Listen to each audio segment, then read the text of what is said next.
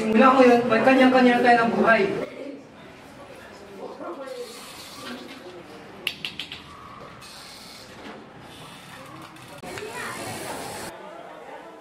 Ha? Anong nangyayari kay Daddy?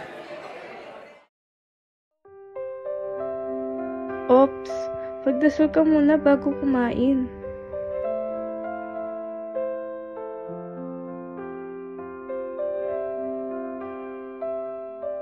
Nak, kailangan na magtrabaho ni Mami. Si Lola ang mag-aalaga sa'yo. Makabait ka kay Lola, ya. Bibigyan naman kita ng baon na araw-araw. Hoy, tara gala. Lilibre kita. Gabing-gabi na eh.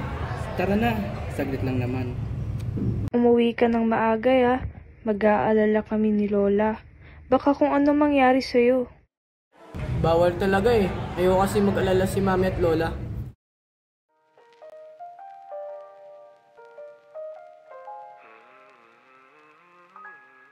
Buti na lang nakauwi ka ng maaga. Kakatawag lang ng nanay mo.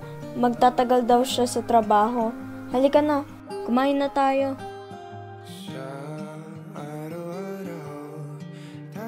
Lola, ito po.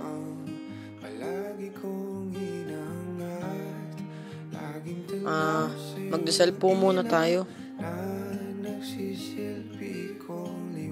Panginoong Diyos na makapangyarihan sa lahat, pinupuri ka po namin sa iyong dakilang pangalan at pinasasalamat. Oo nga pala, baka hindi makapunta nanay mo sa recognition mo. Okay po. Jacob D.S. Guevara with honors!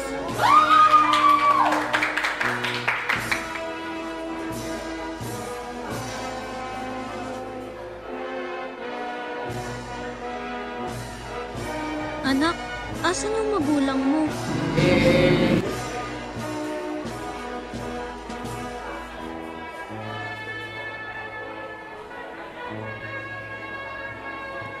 Three, two, one.